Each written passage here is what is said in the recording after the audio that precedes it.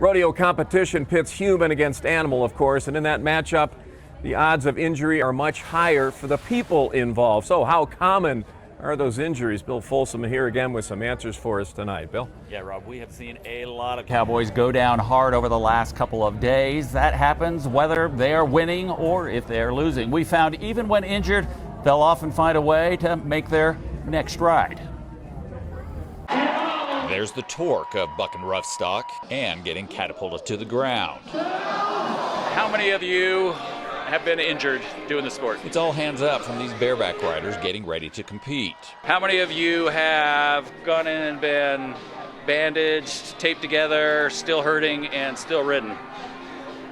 Everybody. Trying to get his wind back into his lungs. How many of you have an injury right now? Riders get hurt and they still ride. It's partly a tough it out mindset. There's also the reality that pro rodeo riders don't have contracts like other sports where you get paid whether in the game or on the sideline. There's not that luxury in this sport because they're paying to compete, and if they don't win money, they don't get to keep going. In the timed events where cowboys jump from a moving horse, knee injuries are a threat.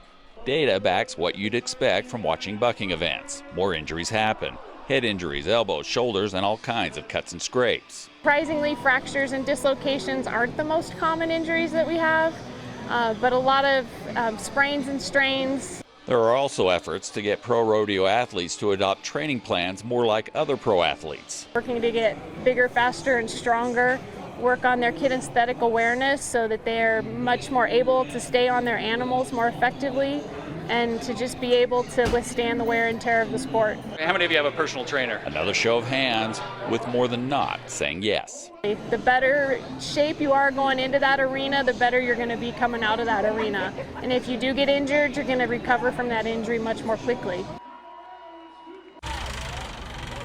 And one of those cowboys we talked to who was getting ready to ride had a close call just the day before. The horse he was riding fell and he got caught underneath the horse's weight. Yesterday, though, he was smiling about it. And I'm telling you, Rob, this is a tough group of athletes. I'll tell you what, they just keep bouncing back. They are professional athletes. Let's keep that in mind. Quick recovery, but it is a brutal physical business. Oh, exactly. Absolutely. Thanks, Bill.